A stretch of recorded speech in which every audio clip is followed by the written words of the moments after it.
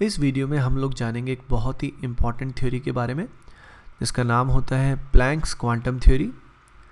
ये थ्योरी हमें क्या बताती है, आइए उस बारे में बात करते हैं। इलेक्ट्रोमैग्नेटिक रेडिएशन से जो एनर्जी ट्रेवल करती है, इलेक्ट्रोमैग्नेटिक रेडिएशन से जो एनर्जी ट्रेवल करती है वो किस फॉर्म में ट्रेवल करती है, किस फॉर्म में ट्रांसमिट होती है, प्रोपेगेट होती है, उस बारे में इस थ्योरी में एक्सप्लेन किया गया है। तो आइए देखते हैं इस थ्योरी को। ये जो पिक आपने देखी ये है डॉक्टर मैक्स प्लैंक जिन्होंने थ्योरी बताई। आइए अब देखते हैं इस थ्योरी की बात क्या कहते हैं। डॉक्टर प्लैंक ने इस थ्योरी में बोला कि देखिए एनर्जी जो होती है इलेक्ट्रोमैग्नेटिक रेडिएशन की, इसके प्रोपेगेट होने के दो तरीके होते हैं। या तो एनर्जी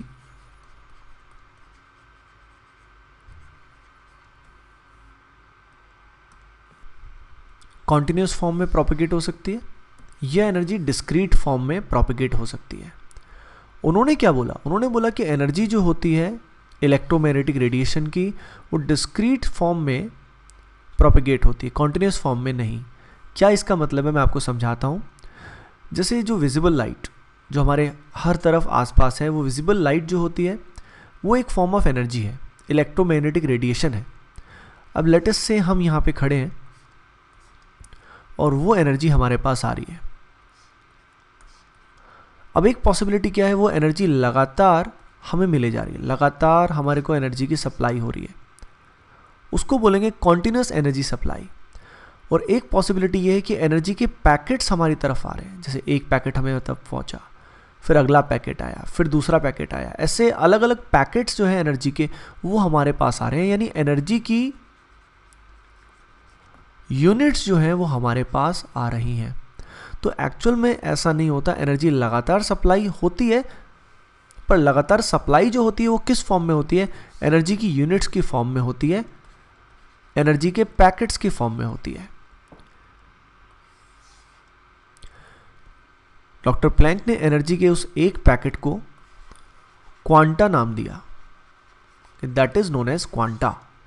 ऐसे बहुत सारे क्वांटा हमें रिसीव होंगे, यानी एनर्जी का एक पैकेट एक क्वांटा है। यानी हमको 1.5 क्वांटा जो है वो नहीं मिल सकता, 1.2 क्वांटा नहीं मिल सकता, हमको पैकेट्स ही मिलेंगे। ये नहीं होगा कि आधा पैकेट हमें मिला। अगर कॉन्टिन्यूस एनर्जी सप्लाई होती तो हमें 1 पैकेट 1.2 पैकेट यानी लगातार एनर्जी सप्लाई होती रहती, वो डिस्क्रीट यूनिट्स नहीं होती। तो इस थ्योरी के हिसाब से जो एनर्जी प्रोपेगेट होती है, एनर्जी जो हमें मिलती है वो मिलती है पैकेट्स के फॉर्म में, डिस्क्रीट एनर्जी की यूनिट्स की फॉर्म में। ऑब्वियसली ये सारा थ्योरी जो आई है ये ऑब्जर्वेशन के बेसिस पे ही आई है। वो जो पैकेट होता है उसको उन्होंने नाम दिया क्वांटा, और उसी क्वांटा को विजिबल लाइट के टर्म्स में बोला जाता है फोटोन। यानी फोटोन स्पेसिफिकली जो नॉर्मल लाइट होती है उसके टर्म्स में बोला जाता है। और quanta is a general term, photon is a specific term in case of visible light. अब अगली बात है energy of that packet, energy of photon. Photon की जो एनर्जी होती है, उस पैकेट में जो एनर्जी छुपी हुई होती है, वो एनर्जी किस चीज़ पे डिपेंड करती है। तो डॉक्टर प्लैंक ने पाया कि वो जो एनर्जी होती है वो उस वेव की फ्रीक्वेंसी पे डायरेक्टली प्रोपोर्शनल होती है। यानी वेव की जितनी ज़्यादा फ्रीक्वेंसी होगी, जितनी ज़्यादा वेवलेंथ पर सेकंड पास करेंगी, उतनी ज़्यादा उस पैकेट में एनर्जी होगी। अगर हम ये प्रोपोर्शनलिटी का साइन हटा देते हैं तो एक कांस्टेंट यहाँ पे आ जाएगा, उस कांस्टेंट को h लिखा जाता है। ये जो h होता है it is known as Planck's constant. Obviously theory doctor Planck ने दिया है तो इस कांस्टेंट को भी प्लैंक्स कांस्टेंट बोलते हैं। ये जो न्यू है, ये जो फ्रीक्वेंसी है, जैसे कि आप जानते हैं it is equal to c by lambda, where c is speed of light and lambda is the wavelength. अगर मैं इस फॉर्म को, ये जो 1 है, इस न्यू को यहाँ पे सब्स्टिट्यूट करता हूँ तो ऐसे केस में I will get h c by lambda. तो आपने जाना कि एक फोटोन का जो एनर्जी होता है it is equal to h c by lambda. अगर यहाँ पे एक फोटोन का एनर्जी लेवल ये है तो मान लीजिए हमारे पास n पैकेट्स यानी n फोटोन्स हैं, n बोरी हैं हमारे पास अनाज की। अब यहाँ पे अनाज की बजाय क्या है, हमारे पास एनर्जी है, तो उन n फोटॉन्स की एनर्जी क्या होगी, n into h c by lambda. अब खुद ही सोचिए, पैकेट आधा तो हो नहीं सकता, पैकेट पूरा ही होगा, यानी फोटोन 5, 10, 1000, 10 लाख इस तरह के फोटोन होंगे, उस बेसिस पे ये वैल्यू होगी। अब ये जो इक्वेशन है, आइए इस इक्वेशन को हम सिंप्लीफाई करते हैं। जैसे कि आपने देखा इक्वेशन होती है E is equal to h c by lambda, यहाँ पे जो h की वैल्यू होती है, प्लैंक्स कांस्टेंट की जो वैल्यू होती है, it is equal to 6.6 into 10 की पावर -34 जूल सेकेंड। ये आपको ध्यान रखना है, यूनिट्स भी आपको ध्यान रखनी है। अगर C की वैल्यू हम बात करें तो it is equal to 3 into 10 की पावर 8 मीटर पर सेकेंड।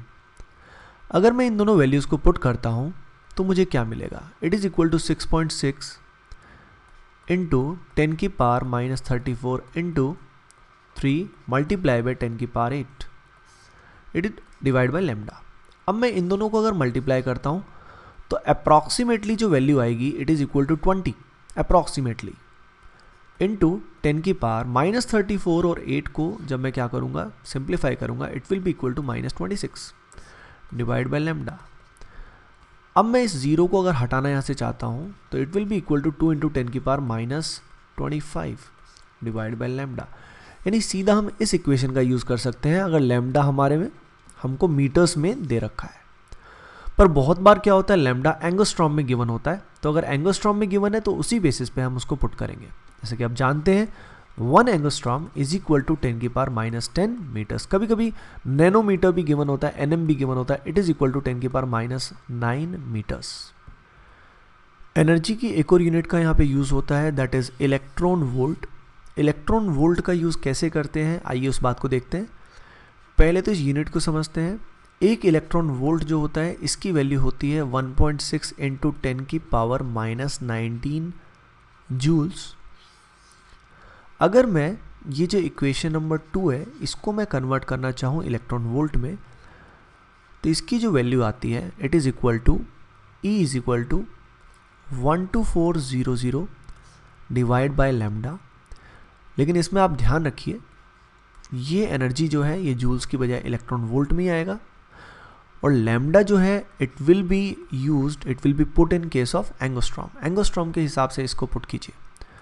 अगर मान लीजिए हम यहाँ पे एंगस्ट्रॉम की बजाय लैम्डा को नैनोमीटर में यूज़ करते हैं तो ऐसे केस में ये 1240 इलेक्ट्रॉन वोल्ट हो जाएगा। ये इक्वेशन भी आपको याद रखनी है। तो मेनली फंडामेंटल इक्वेशन तो होती है E is equal to h nu. इसको कन्वर्ट किया हमने E is equal to h c by lambda से। H और C की वैल्यू कांस्टेंट होने की वजह से इसको सिंप्लीफाई किया, जो आया 2 इंटू 10 की पावर -25 डिवाइड बाई लैम्डा।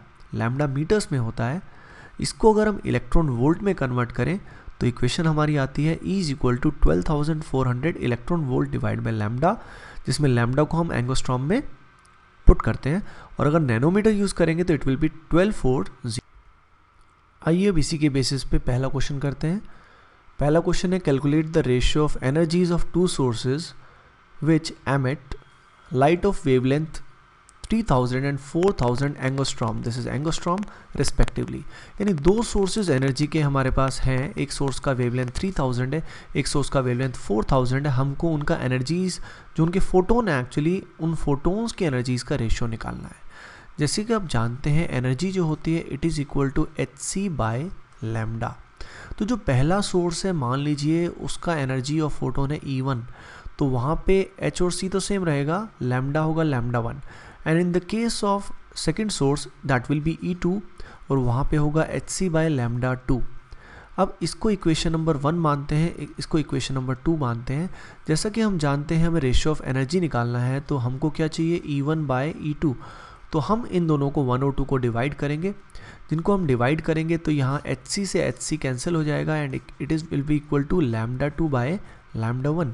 जैसे कि आप जानते हैं लैम्डा 2 की वैल्यू है 4000 और लैम्डा 1 की वैल्यू है 3000। इसको कैंसिल करेंगे तो it will be equal to 4:3। तो आपने देखा यहाँ पे रेशियो ऑफ एनर्जी जो आई इट इज़ इक्वल टू 4:3। इसका मतलब जहाँ पे वेवलेंथ कम थी वहाँ एनर्जी क्या थी, ज़्यादा थी, और जहाँ वेवलेंथ ज़्यादा थी वहाँ एनर्जी कम है। तो more the wavelength lower will be the energy, lower the wavelength more will be the energy. आइए देखते हैं अगला क्वेश्चन। इस क्वेश्चन में you have to calculate wavelength of photon with energy is equal to 4.13 electron volt.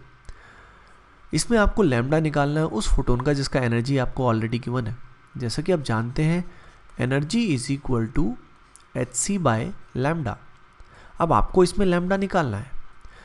जो energy आपको given है वो इलेक्ट्रॉन वोल्ट में गिवन है। जब एनर्जी आपको इलेक्ट्रॉन वोल्ट में गिवन होगी तो जो फॉर्मूला आपको यूज़ करना है it is equal to 12400 divide by lambda. इसमें लैम्डा की जो वैल्यू आएगी वो किस में आएगी, एंगस्ट्रॉम में आएगी। अब एनर्जी की वैल्यू जब मैं इसमें पुट करता हूँ तो it is equal to 4.13 equal to 12400 divide by lambda. इसको अगर मैं सॉल्व करूँगा तो लैम्डा की वैल्यू आएगी 3000। जैसा कि मैंने बताया इसको हम किस में लिखेंगे, एंगस्ट्रॉम में।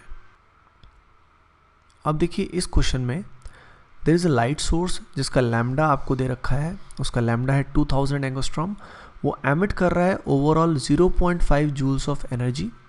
अब इतने जूल्स ऑफ एनर्जी प्रोवाइड करने के लिए कितने फोटोन उसे एमिट करने पड़ेंगे ये आपको कैलकुलेट करना है। ये जो एनर्जी एमिट की ऑब्वियसली ये एक फोटोन ने एमिट नहीं की, लेटस से n फोटोन्स ने मिलके एनर्जी एमिट की।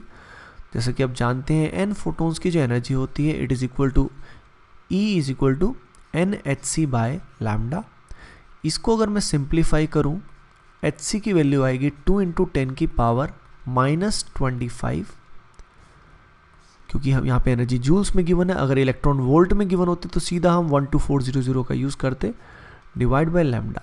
लैम्डा की वैल्यू भी आपको यहाँ पे पता है, लैम्डा की वैल्यू यहाँ पे है 2000 एंगस्ट्रॉम, यानी 2000 × 10 की पावर -10। यूनिट्स का आपको हमेशा ध्यान रखना है।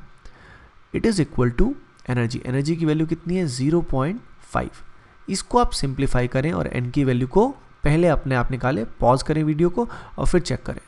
इसमें n की फाइनल वैल्यू आपकी आनी चाहिए 5 × 10 की power 17 photons. I hope you are correct. तो आपने ओवरऑल देखा कि इस थ्योरी के अंदर डॉक्टर मैक्स प्लैंक ने क्या बोला कि एनर्जी कॉन्टिन्यूसली ट्रांसफ़र नहीं होती, ये कुछ पैकेट्स के फॉर्म में ट्रांसफ़र होती है। The packets can be 4, 5 up to lakhs crores. इस पैकेट को बोला जाता है क्वांटा, और लाइट की प्रेजेंस में लाइट के केस में उसको फोटोन बोलते हैं। इस एनर्जी की जो वैल्यू होती है वो उस वेव की फ्रिक्वेंसी पे, फोटोन की फ्रिक्वेंसी पे डिपेंड करता है। अगर इस प्रोपोर्शनलिटी का साइन हम हटाते हैं तो यहाँ पे h आ जाता है। इसमें अगर हम c बाय लैम्डा को पुट करते हैं तो it is equal to hc by lambda. n photons का energy level nhc by lambda होता है। इस वैल्यू को सिंप्लीफाई करना बहुत ज़रूरी है। अगर हम जूल्स का यूज़ करते हैं एनर्जी में तो ऐसे केस में ये इक्वेशन नंबर 2 का यूज़ करेंगे। अगर हम इलेक्ट्रॉन वोल्ट का यूज़ करते हैं तो इक्वेशन नंबर 3 का यूज़ करेंगे। फिर हमने कुछ क्वेश्चंस किए जिससे हमने समझा कैसे इसको अप्लाई करना है। Okay guys, thanks for watching. Please share and subscribe.